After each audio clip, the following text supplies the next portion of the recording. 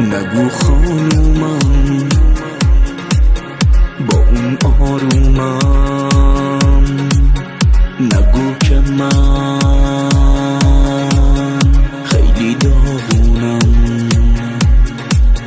نگو خانومم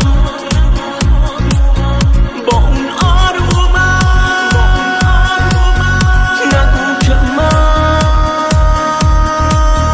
خیلی داغونم.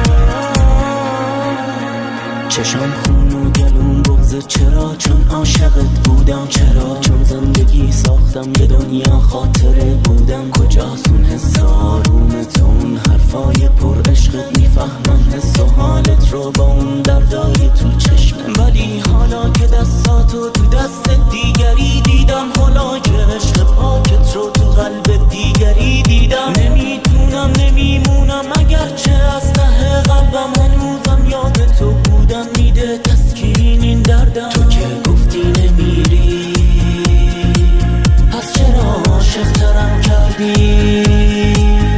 منی که با دلم جنگیدم، بهم گفتی که برمیگردی.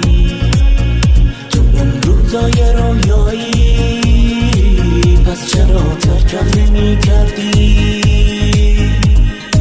خاطرات خوب من دنیای تو بودم زمانی، پس چرا با من بد کردی؟ نگو خانومم با اون آرومم، نگو که من خیلی داغونم. نگو خانومم